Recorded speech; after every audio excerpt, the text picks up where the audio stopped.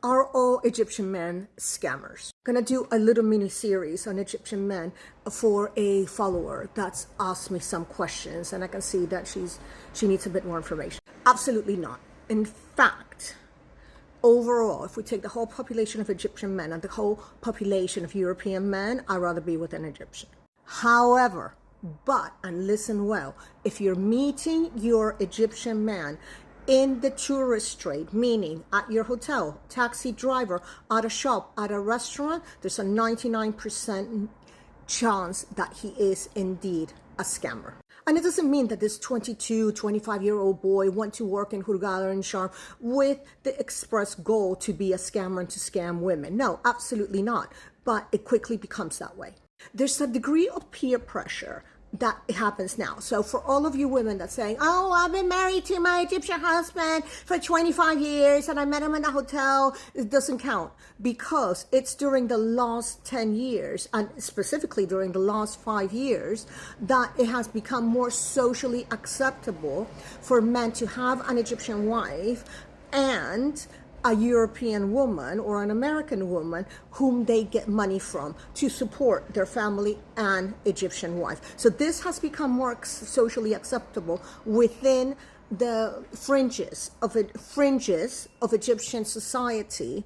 So if you have an Egyptian husband that you've been with for 10 years, it probably doesn't apply to you, and you had a better chance of finding someone that's not a scammer. That chance now is almost nil. I'm gonna do a video next on how the scam works. So the social pressure is it's quite amazing, because some of these boys just really want to go into the tourist areas, get a nice job, get some great tips, and send it back home and be a responsible person. But then they're around all their colleagues who are bragging about how much money their European woman has sent them, the gifts they received. Is just too tempting. It's just too tempting. And then they're like, oh, well, let me see if this works for me. Let me try this. And then they start doing the scam, and they get $20 from a woman, or a woman, they spend a weekend with a woman, then she buys some, I don't know, some trainers, and they're like, oh my God, this is actually really nice, and it's super easy, because these poor women are desperate for affection,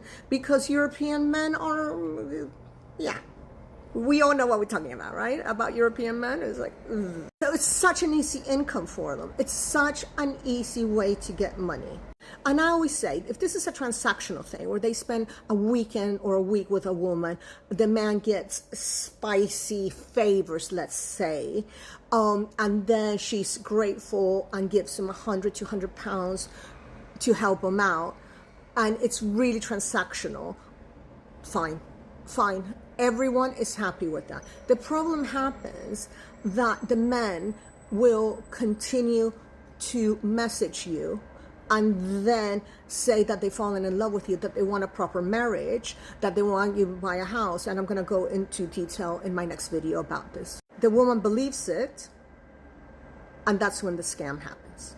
I know of a European lady, she's now fighting in the courts. My solicitor has taken this case. I'll tag him, by the way. And I think it's like 350,000 euros this man has stolen from her. It's shocking. So what I always say, if you are a woman alone and you want to move to Egypt, do it. I've done it, and I don't look back. I mean, I'm really happy with my decision to live in Egypt. I have had nothing but good experiences. I have not had the scammers. Well, they try to hit on me, but I know what they look like. So I'm like, yeah, just leave. Good male friends. I have good Egyptian friends that are so nice. But I didn't move to Egypt for a man. I moved to Egypt for quality of life, for scuba diving, for peace. And I've achieved that. If you're moving to Egypt, don't come for a man. It's you're putting yourself in the firing line. Watch my other videos that I'm going to do right now, because I need to break this down a little bit more.